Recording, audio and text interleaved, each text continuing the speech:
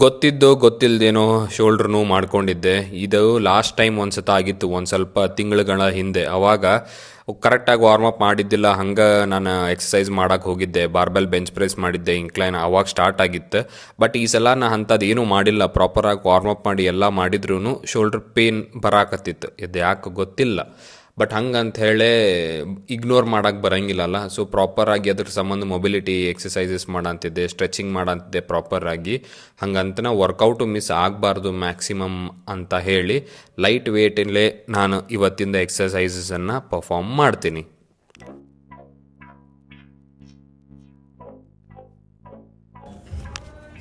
Shoulder injury ಸಂಬಂಧ next level ತ್ರಾಸ ಆಗತೈತಿ. ಅದರದ ಸಂಬಂಧ ಸ್ವಲ್ಪ ಗಿಬಿಲಿಟಿ ಟ್ರೈ ಮಾಡಿ ಇವತ್ತು ನೋಡೋಣ ಅಂತ. ಆದ್ರೆ ಲೈಟಾಗಿ ಚೆಸ್ಟ್, ಶೋಲ್ಡರು, ಟ್ರೈಸೆಪ್ಸ್ ವರ್ಕೌಟ್ ಮಾಡೋದು ಹೆಂಗೆ ಹೋಗ್ತೈತೆ ನೋಡೋಣ ಅಂತ. ಹೆವಿ ವೇಟ್ಸ್ ಅಂತೂ ಮಾಡೋಂಗಿಲ್ಲ.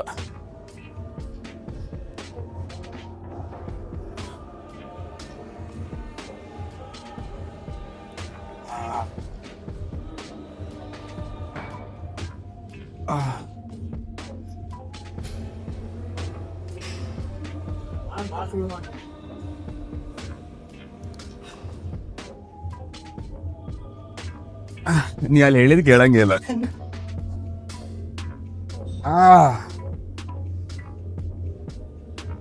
ಸೊ ನಿಮ್ಮ ಬಾಡಿ ಏನಿದಲ್ಲ, ಲೈಕ್ ನೆಕ್ಸ್ಟ್ ಲೆವೆಲ್ ಡೆಲಿಕೇಟ್ ಇರ್ತೈತಿ.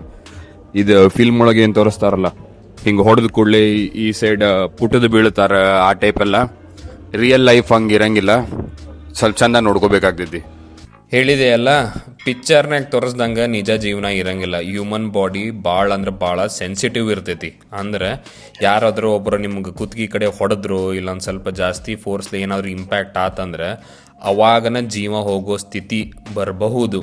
ಅದಕ್ಕನ ಟ್ರಾಫಿಕ್ ಪೊಲೀಸ್ ಆತು ಹೆಲ್ಮೆಟ್ ಹಾಕೋರಿ ಅಂತ ಹೇಳೋದು. ಎದಕ್ಕಂದ್ರೆ ನಾವು ಬಾಡಿ ಎಷ್ಟು ಚಂದಂಗಿ ಬಿಲ್ಡ್ ಮಾಡ್ಕೋಬೋದು, ಬಟ್ ಸೆನ್ಸಿಟಿವ್ ಪಾರ್ಟ್ಸ್ ಅಂತ ಇದ್ದೇ ಇರ್ತಾವೆ. ನೆಕ್ ಆತು, ನಮ್ದು ಸ್ಪೈನ್ ಆತು, ಇದೆಲ್ಲ ಏನೈತಲ್ಲ, ಅಲ್ಲಿ ಏನಾದರೂ ಸ್ವಲ್ಪ ನಿಮಗೆ ಮೇಜರಾಗಿ ಹೊಡೆತ ಬಿತ್ತು ಅಂತ ಹೇಳಿದ್ರೆ ರಿಕವರ್ ಆಗೋಕೆ ಭಾಳ ಅಂದ್ರೆ ಭಾಳ ತ್ರಾಸ ಆಗ್ತೈತಿ. ಅದಕ್ಕೆ ನೀವು ಜಿಮ್ಮಿಗೆ ಬರೋದು ಎಸ್ಪೆಷಲಿ ಫಿಟ್ ಆಗ್ಬೇಕನ್ನೋಕ್ಕಷ್ಟ ಇಲ್ಲೇ ನೀವು ಬಂದು ಏನೂ ಸರ್ಕಸ್ ಮಾಡೋಕೆ ಹೋಗ್ಬೇಡ್ರಿ. ಫಾರ್ಮ್ 100% ಸರಿ ಇಲ್ಲ ಅಂದ್ರೆ ಅದೇನು ಪ್ರಾಬ್ಲಮ್ ಇಲ್ಲ. ಆದ್ರೆ ಖರಾಬ್ ಫಾರ್ಮ್ ಯಂತ್ರ ಮಾಡೋಕೆ ಹೋಗ್ಬೇಡ್ರಿ, ಈಗೋ ಲಿಫ್ಟಿಂಗ್ ಮಾಡೋಕೆ ಹೋಗ್ಬೇಡ್ರಿ.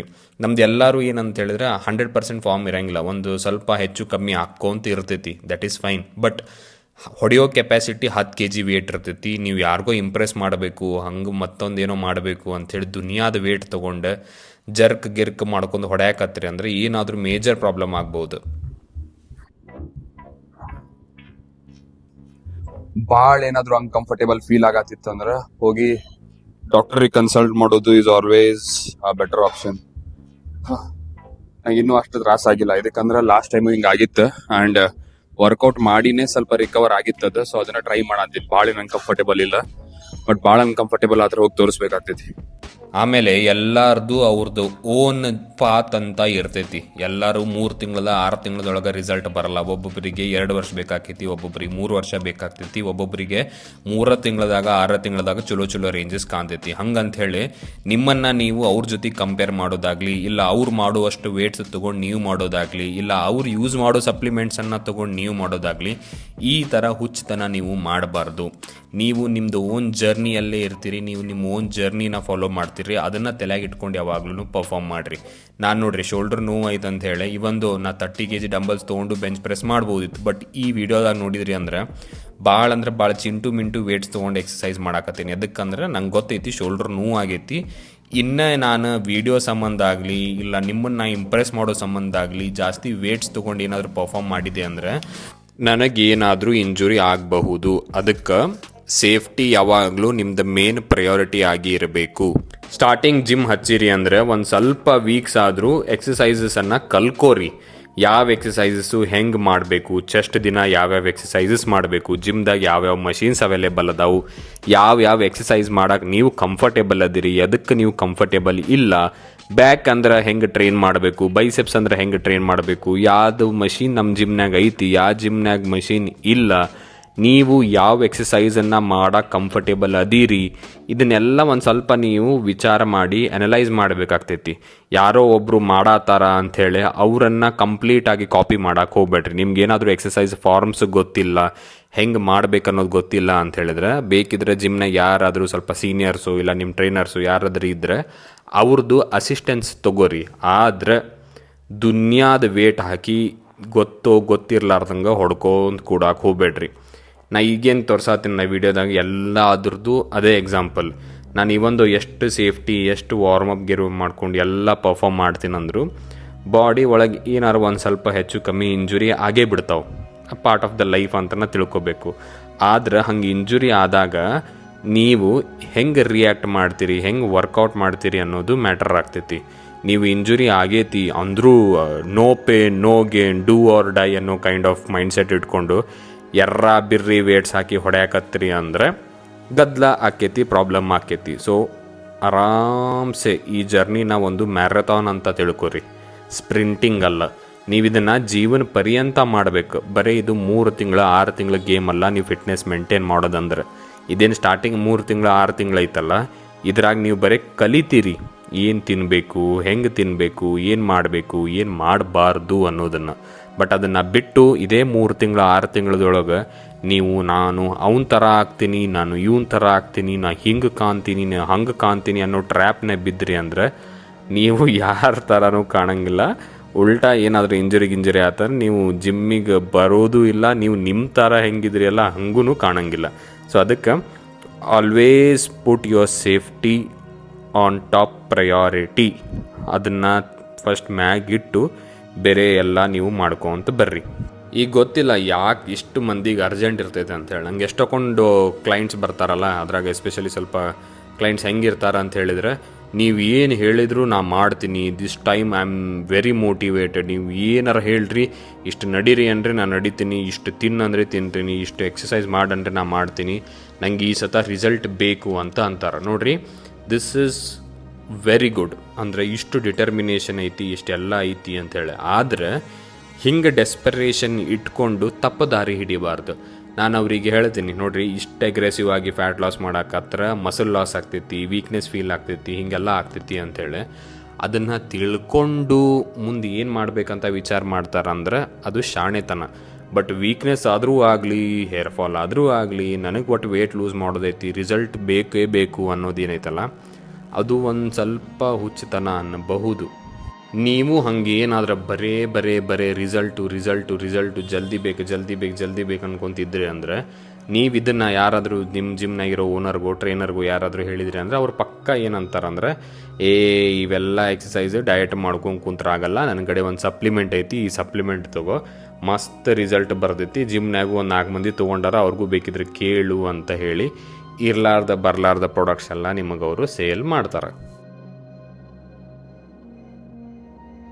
ಸೊ ಅದಕ್ಕೆ ಯಾವುದಾದ್ರೂ ಪ್ರಾಡಕ್ಟು ತೊಗೊಳ್ಳೋ ಮುಂಚೆ, ಯಾವುದಾದ್ರೂ ಸಪ್ಲಿಮೆಂಟ್ ತೊಗೊಳ್ಳೋ ಮುಂಚೆ ನೀವು ನಿಮ್ಮ ರಿಸರ್ಚನ್ನು ಚೆಂದಾಗಿ ಮಾಡಿರಬೇಕು.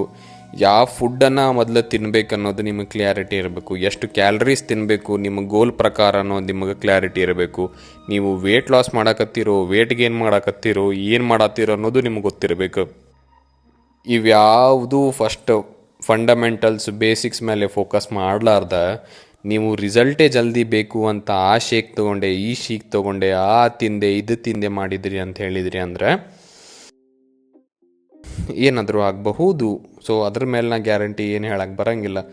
ನಿಮ್ಗೆ ಹೆಲ್ತ್ ಕಂಡೀಷನ್ಸು ಬರ್ಬೋದು, ಮೇಲೇನೂ ಹೋಗ್ಬೋದು, ಏನಾದರೂ ಆಗ್ಬೋದು. ಸೊ ಅದಕ್ಕೆ ನಿಮ್ಮ ಕೈಯಾಗ ಎಷ್ಟು ಜಾಗೃತಕತೆ ಅಂತ ಏನಂತಾರೆ, ಅದಕ್ಕೆ ಜಾಗೃತಕತೆ ಒಟ್ಟು ತಿಳಿದು ಅನ್ಕೋತೀನಿ.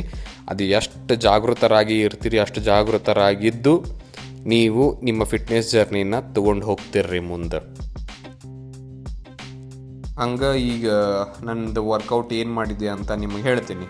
ಫಸ್ಟಿಗೆ ನಾನು ಚೆಸ್ಟ್ ಶೋಲ್ಡ್ರ್ ಟ್ರೈಸೆಪ್ಸ್ ಮಾಡ್ಬೇಕಂತನೇ ಬಂದಿದ್ದೆ ಜಿಮ್ಮಿಗೆ. ಬಟ್ ಶೋಲ್ಡ್ರ್ ಪೇನ್ ಇದ್ದಿದ್ದ ಸಂಬಂಧ ನಂಗೆ ಶೋಲ್ಡ್ರ್ ಟ್ರೈನ್ ಮಾಡೋಕ್ಕೆ ಆಗಲಿಲ್ಲ. ಸೊ ಅದಕ್ಕೆ ಚೆಸ್ಟಿಂದ ಭಾಳ ಲೈಟಾಗಿ ನಾನು 1-2 ವೇರಿಯೇಷನ್ ಮಾಡಿದ್ದೆ. ಆಮೇಲೆ ಫ್ಲೈ ಅದೇ ತೋರಿಸಿದ್ದೆಲ್ಲ ಅದು ಲೈಟ್ ವೇಟ ಮಾಡಿದೆ. ಅದಾಗಿಂದು ಶೋಲ್ಡ್ರಿಗೆ ಅಂಥೇಳಿ ನಾ ಬರೀ ಲ್ಯಾಟ್ರಲ್ ರೈಸಸ್ ಒಂದು ಮಾಡಿದೆ, ಸ್ವಲ್ಪ ಕಮ್ಮಿ ಆಗ್ತೈತೇನೋ ಫೀಲ್ ಆಗ್ತೈತೇನೋ ಅಂಥೇಳಿ. ಅದಾಗಿಂದ ಟ್ರೈಸೆಪ್ ಸಂಬಂಧ ಒಂದೆರಡು ವೇರಿಯೇಷನ್ ಮಾಡಿದೆ, ಅದು ಲೈಟ್ ವೇಟ್ಸ್, ಭಾಳ ಲೈಟ್ ವೇಟ್ಸ್ ಮಾಡಿ ಮತ್ತು ಶೋಲ್ಡರ್ ಸಂಬಂಧ ಇಂಟರ್ನಲ್ ರೊಟೇಷನ್ನು ಎಕ್ಸ್ಟರ್ನಲ್ ರೊಟೇಷನ್ನು ಮಾಡಿದೆ. ಸೊ ಇದೆಲ್ಲ ಮಾಡಿದ್ರು ನಂಗೆ ಹೆಂಗೆ ಫೀಲ್ ಆಗತ್ತಿತ್ತಂದ್ರೆ, ಇಷ್ಟು ದಿನ ಬಹಳ ಚಲೋ ವರ್ಕೌಟ್ ಮಾಡಿ ಒಂದು ದಿನ ಕಮ್ಮಿ ವರ್ಕೌಟ್ ಮಾಡಿಬಿಟ್ರೆ ಮನಸ್ಸಿಗೆ ಸಮಾಧಾನ ಆಗಿರಂಗಿಲ್ಲ. ಸೊ ಅದ್ರ ಸಂಬಂಧ ನಾನು ಇವತ್ತು ಚಲೋ ಕಾರ್ಡಿಯೋ ಮಾಡಿದ್ರೆ ಆತು ಬಿಡು ಅಂಥೇಳಿ ಕಾರ್ಡಿಯೋ ಮಷೀನ್ ಮೇಲೆ ಹೋಗಿ, ಆ ಟ್ರೆಡ್ಮಿಲ್ ಐತಲ್ಲ ಅದ್ರ ಮೇಲೆ ಹೋಗಿ ಒಂದು ಸ್ವಲ್ಪ ಬ್ರಿಸ್ಕ್ ವಾಕಿಂಗ್ ಮಾಡಿ ಆಮೇಲೆ ಒಂದು ಸ್ವಲ್ಪ ಸ್ಪ್ರಿಂಟಿಂಗ್ ಮಾಡಿದೆ. ಸೊ ಅದು ಮಾಡಿದ ಕೂಡಲೇ ಓಕೆ, ಜಿಮ್ಮಿಗೆ ಬಂದು ಏನೋ ವರ್ಕೌಟ್ ಮಾಡಿದೆಪ್ಪ ಅನ್ನೋ ಸಮಾಧಾನವೂ ನನಗಿತ್ತು. ಸೊ ಅದು ಹೇಳೋ ಉದ್ದೇಶ ಏನಂತ ಹೇಳಿದರೆ, sometimes you don't feel like lifting weights. So strength training ಮಾಡೋಕ್ಕೆ ಮನಸ್ಸಿಲ್ಲ ಅಂದಾಗ ಖಾಲಿ ಕುಂದ್ರೋದ್ಕಿನ್ನ ಇಲ್ಲ ವಾಪಸ್ ಹಂಗೆ ಹೋಗೋದ್ಕಿನ್ನ ಲೈಕ್ ವಾಕಿಂಗ್ ಮಾಡಿರಿ, ಸೈಕ್ಲಿಂಗ್ ಮಾಡಿರಿ, ಅಲ್ಲಿ ಪಂಚಿಂಗ್ ಬ್ಯಾಗ್ ಏನಾರು ಇದ್ರೆ ಅದನ್ನು ಯೂಸ್ ಮಾಡಿರಿ. ಒಟ್ಟು ಏನಾದರೂ ಒಂದು ಕೈಂಡ್ ಆಫ್ ಫಿಸಿಕಲ್ ಆ್ಯಕ್ಟಿವಿಟಿ ಮಾಡಿನೇ ಮನೆಗೆ ಹೋಗ್ರಿ, ಖಾಲಿ ಹೋಗಕ್ಕೆ ಹೋಗ್ಬೇಡ್ರಿ. ನಿಮ್ಮದು ಬೆಳಿಗ್ಗೆ ಏನಾದರೂ ನೀವು ಚೆಂದಾಗಿ ಆ್ಯಕ್ಟಿವಿಟೀಸ್ ಮಾಡಿದ್ರಿ, ಚಲೋ ಸ್ಟಾರ್ಟ್ ಸಿಗ್ತೈತಿ ನಿಮಗಲ್ಲೇ. ಇಲ್ಲ ಅಂದ್ರೆ ದಿನ ಪೂರ್ತಿ ನಿಮ್ಮದು ಲೇಜಿ ಆಗಿನ ಕಳೆದು ಹೋಗ್ಬಿಡ್ತೈತಿ. ಓಕೆ, ಸೊ ಅದನ್ನು ಮುಗಿಸಿ ಈಗ ಟ್ರೆಡ್ಮಿಲ್ ಕಡೆ ಬರ್ತೀನಿ. ಟ್ರೆಡ್ಮಿಲ್ ಕಡೆ ಲೈಟಾಗಿ ಬ್ರಿಸ್ಕ್ ವಾಕಿಂಗ್ ಸ್ಟಾರ್ಟ್ ಮಾಡಿ ಆಮೇಲೆ ನಂದು ಸ್ಪ್ರಿಂಟಿಂಗ್ನು ಮಾಡ್ತೀನಿ.